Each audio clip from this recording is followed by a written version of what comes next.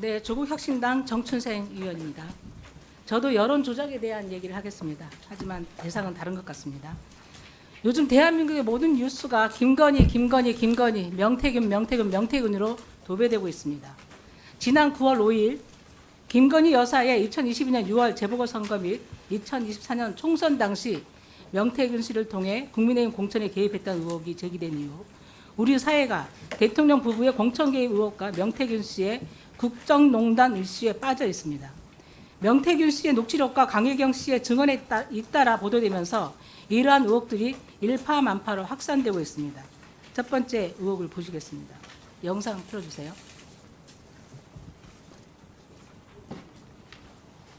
잠시 시간 좀 멈춰주시겠습니까? 잠시 시간 좀 멈춰. 소리가 왜 안 나요? 윤석열이를 네. 좀 올려갖고 예. 홍준표보다 한 2% 앞서게 해주소. 알겠습니다. 그 젊은 아들 있다 아닙니까? 네네네. 뭔가간에 그 계속 올려갖고 네네. 예, 2, 3% 홍보다 더 나오게 해야 됩니다. 알겠습니다. 외부 유출하는 거니까. 네. 네, 명태균 씨는 2021년 3월 말부터 7월까지 총 11차례 여론조사를 실시했습니다. 그런데 그 결과가 모두 윤석열 후보가 1위인 것으로 나오면서 당시 야권 내 윤석열 대세론이 형성됩니다. 여론조사 자체가 왜곡되었다는 의혹입니다. 영상 하나 더 보시겠습니다. 아닌가요? 예, 죄송합니다. 예. 아까 통화가 이루어진 시점은 국민의힘 대선 경선 기간입니다. 윤석열 후보의 지지율을 더 높게 조작하는 내용으로 보입니다. PPT 자료를 보시면 실제 결과는 명태균이 지시한 대로 윤석열 후보 33.0%, 홍준표 후보 29.1%, 유승민 후보 12.4% 순으로 집계되었습니다. 비슷한 시기 실시된 MBS 여론조사에서는 오히려 거꾸로 홍준표 후보가 25%로 1위로 나왔습니다. 이처럼 명태균 씨 주도로 실시한 여론조사는 조작되었을 가능성이 매우 높습니다. 조작된 여론조사를 공표하는 행위는 공직선거법 제96조 허위 논평, 보도 등 금지 위반입니다.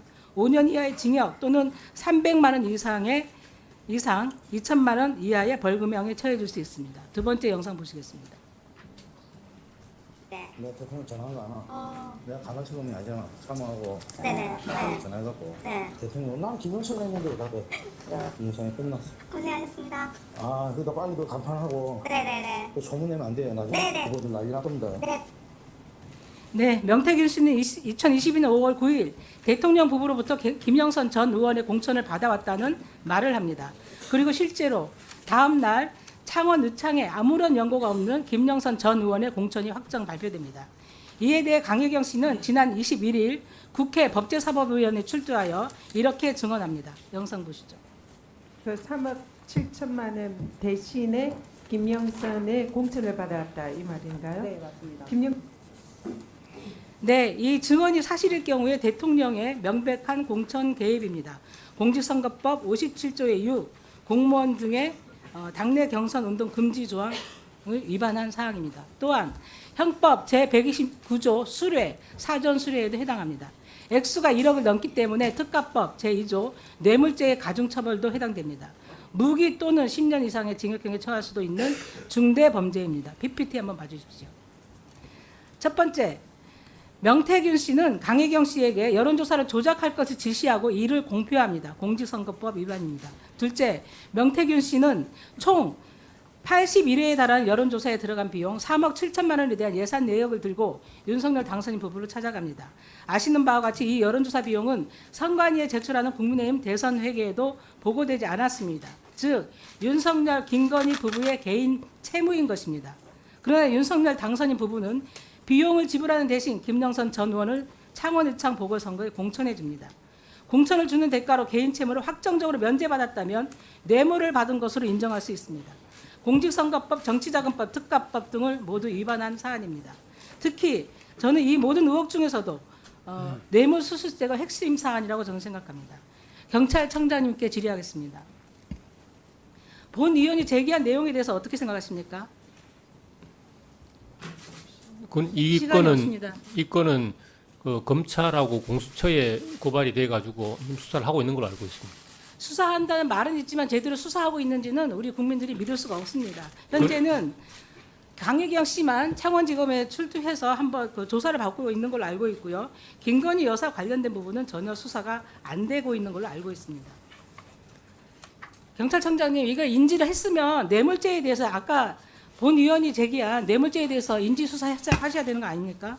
동일 사건이 그 다른 수사기관에서 수사를 하고 있으니까 그 수사를 지켜보는 것이 저희들이 이제 수사 구조 개혁을 하면서 검찰하고 저희들이 이제 합의했던 그런 내용입니다. 아니 그 부분이 지금 김건희 여사에 대해서는 수사가 진행되고 있는지 확인해 보셨습니까? 아니 근데 그게 같은 건이지 않습니까?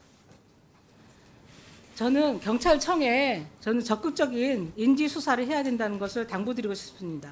조국 대표, 이재명 대표, 김혜경 여사 등 야권 인사들에 대해서는 의혹만 제기되어도 수백 번 압수수색을 진행하고 수사를 엄격하게 하는 사법당국이 왜 김건희 여사 앞에서는 그 시스템 모두 멈추는지 모르겠습니다. 현재 명태균 씨는 정치자금법으로 검찰에서 수사 중입니다. 그렇다면 이 뇌물죄에 대해서도 김건희 여사를 소환해서 저는 적극적으로 수사를 해야 된다고 생각합니다. 굉장히 심각한 범죄이기 때문입니다. 행안부 장관께 질의하겠습니다. 오랜 기간 판사로 재직하셨죠? 네. 이 사안에 대해서 어떻게 생각하십니까? 뇌물죄가 성립됩니까? 안 됩니까?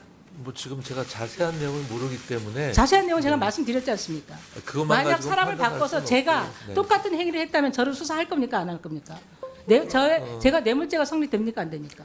아니, 판사 출신 누구한테 물어봐도요 기록을 보지 않고서는 어떤 의견을 이야기하지 네, 않습니다. 예상되는 답변을 하셨습니다. 네. 오죽하면 김건희의 나라, 실질적인 대통령 김건희라는 말이 나오겠습니까? 매일 언론에서 영적 대화, 장님무사, 안전병이 주술사라는 말로 도배되는 부끄러운 나라입니다. 현 세태를 꼬집어 국민들은 검사 위에 법사, 법사 위에 여사, 여사 위에 박사가 있다고 합니다. 그런데 여기서 더 나아가 박사 위에 수사가 있음을 보여줘야 합니다.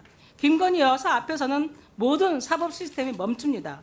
주가 조작, 명품백 수수, 모든 무혐의 처리되는 사법당국을 믿을 수가 없습니다. 그래서 특검이 필요한 것입니다. 특검을 통해 여사 위에 수사가 있음을 분명하게 보여주시기 바랍니다. 감사합니다. 예, 수고하셨습니다. 다음